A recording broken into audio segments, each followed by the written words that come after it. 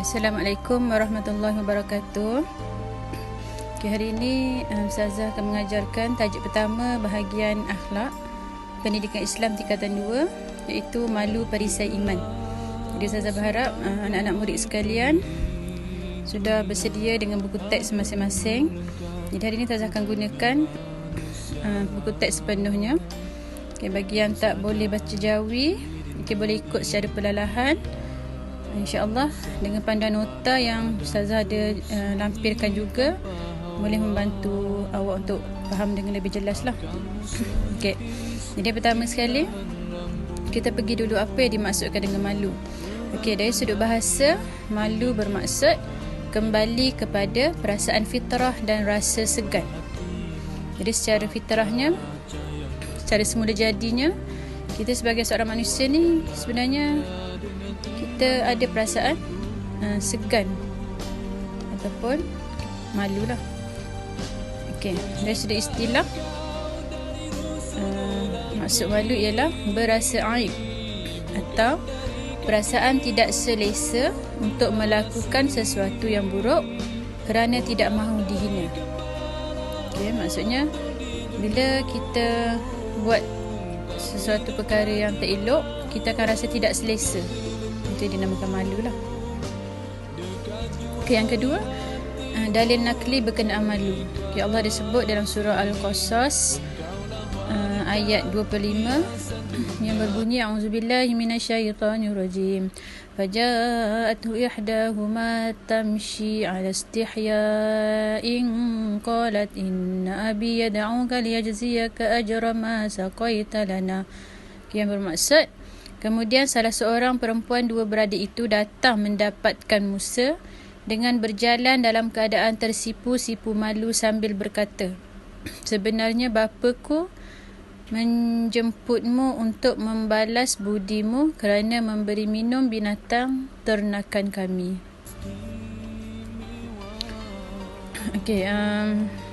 Dalam hadis daripada Anas radhiyallahu anhu, Rasulullah SAW menerangkan, inna likulli dinin khuluqan wa khuluqul Islam al-ahya.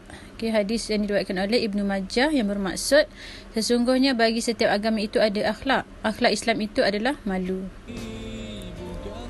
Tengok saya spektrum ilmu daripada Imran ibni Husain radhiyallahu anhu, Rasulullah SAW bersabda, innal haya la ya'ti illa bi khair. Yang diriwayatkan oleh muttafaqun alaih, bermaksud sesungguhnya malu tidak datang melainkan dengan kebaikan. Dalam hadis Rasulullah SAW menerangkan daripada Bushair bin Ka'bi dalam kitab Al-Hikmah berkata, inna minal haya waqara wa inna minal haya sakinah. Hadis yang diriwayatkan oleh muttafaqun alaih, yang bermaksud sesungguhnya orang yang mempunyai sifat malu ada kemuliaan dan ketenangan jiwa. Daripada Abu Mas'ud Al-Ansari Al-Badri radhiyallahu anhu, Rasulullah SAW bersabda, idza lam tastahyi fasna ma syi'ta. Hadis yang diriwayatkan oleh Al-Bukhari, yang bermaksud apabila kamu tidak malu, maka buatlah apa-apa yang kamu suka. Hadis ini menunjukkan bahawa sifat malu merupakan cerminan maruah. Hadis ini menunjukkan bahawa sifat malu merupakan cerminan maruah diri seorang. Jika seorang telah hilang malu, maka hilanglah maruah diri dan akan melakukan dosa. Malu merupakan adab yang baik, mempunyai kelebihan dan menunjukkan sifat mulia seorang. Daripada Abu Hurairah radhiyallahu anhu, sabda Nabi SAW, al-iman bid'un wa sittun syu'bah wal haya syu'batun minal iman. Hadis yang diriwayatkan oleh muttafaqun alaih, yang bermaksud iman itu lebih 60 cabang dan malu sebahagian daripada cabang iman. Jadi banyak hadis-hadis Nabi menunjukkan betapa pentingnya malu dalam diri seorang. Kita pergi pada muka surat seterusnya. Berkenaan dengan contoh sifat malu amalan Rasulullah SAW. Sifat malu yang diamalkan oleh Rasulullah SAW. Rasulullah SAW melakukan banyak ibadah kerana sifat malu kepada Allah Subhanahu Wa Taala dan untuk menjadi hamba yang bersyukur. Al-Mughirah radhiyallahu anhu meriwayatkan bahawa Rasulullah SAW gigih menunaikan solat malam sehingga bengkak kedua-dua belah kakinya. Apabila ditanya, baginda menjawab, afala akunu abdan syakura. Hadis yang diriwayatkan oleh Al-Bukhari, yang bermaksud, adakah aku ini hamba yang tidak bersyukur? Ini contoh macam mana Nabi malu dengan Allah.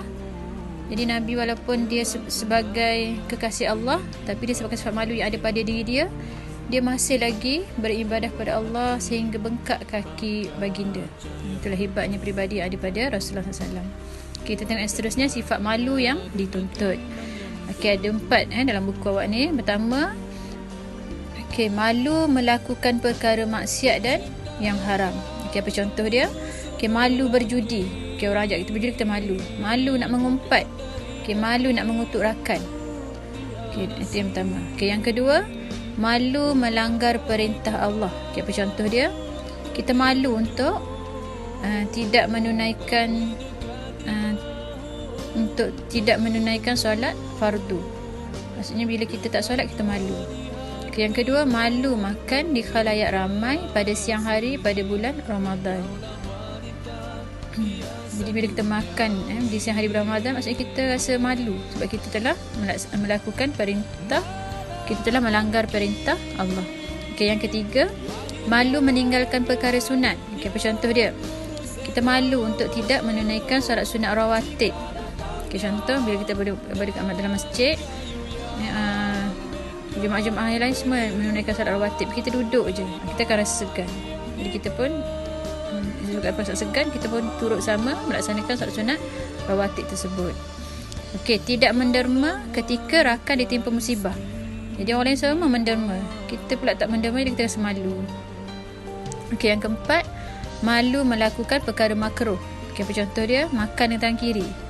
Jadi kita nak makan tangan kiri, kita rasa malu. Kita tahu sebab makan tangan kiri ni salah menurut Islam.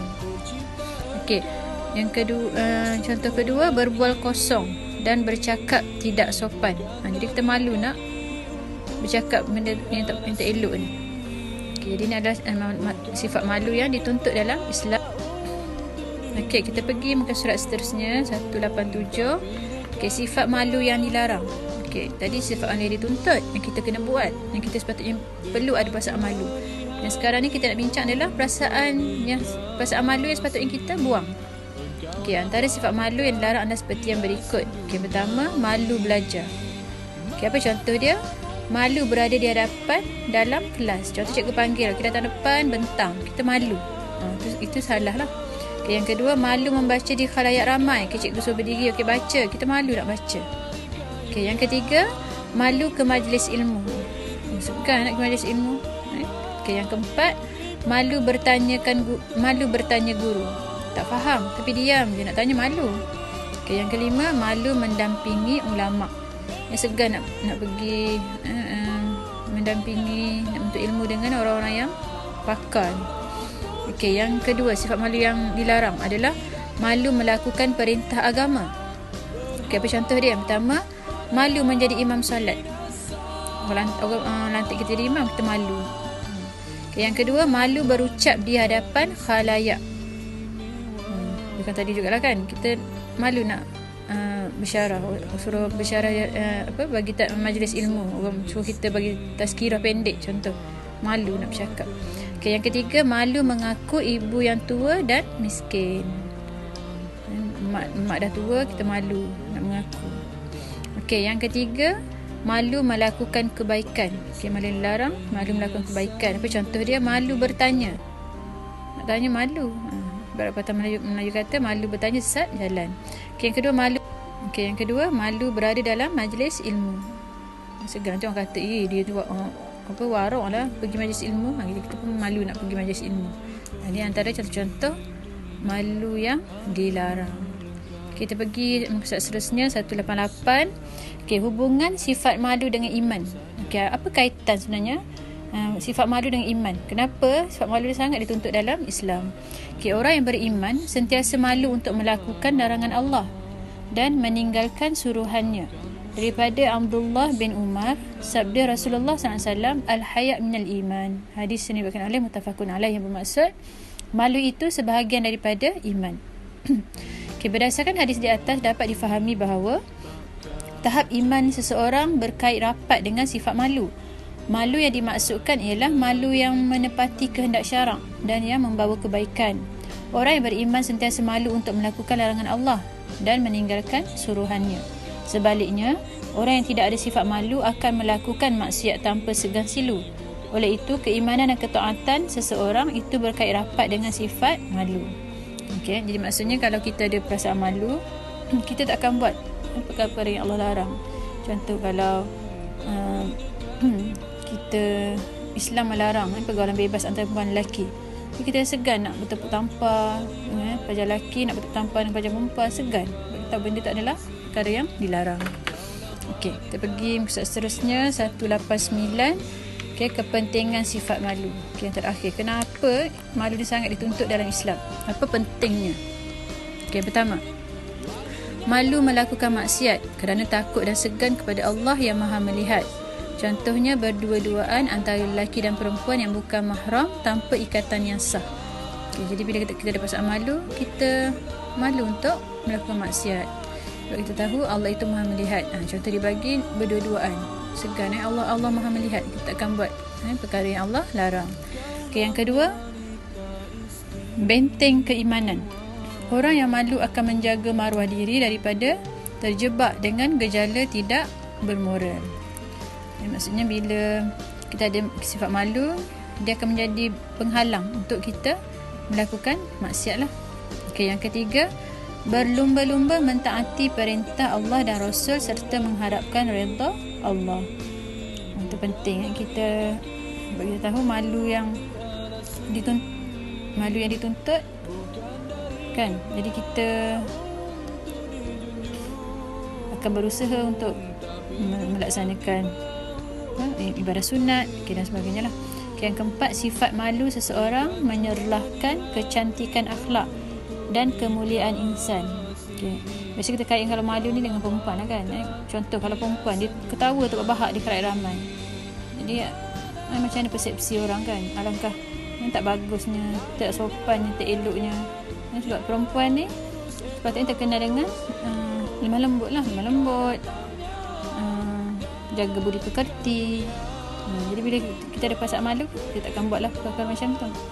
Okey, yang terakhir, orang yang pemalu sentiasa terhindar daripada melakukan maksiat. Ini pun sangat penting lah.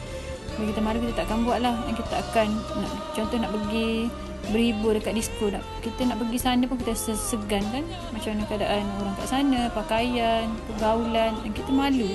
Jadi kita takkan buat perkara yang Allah larang. Jadi saya rasa setakat saja kupasan daripada Ustazah berkaitan tajuk malu. Tajuk kita hari ini, malu perisai iman. Ustazah mengharapkan semua dapat faham dengan baik. Boleh baca nota yang Ustazah berikan dan Nota Sarumi untuk lebih faham. Selamat belajar, selamat buat nota, selamat buat latihan. Semoga semua dapat berjalan dengan baik. Jumpa lagi untuk video akan datang. Assalamualaikum warahmatullahi wabarakatuh.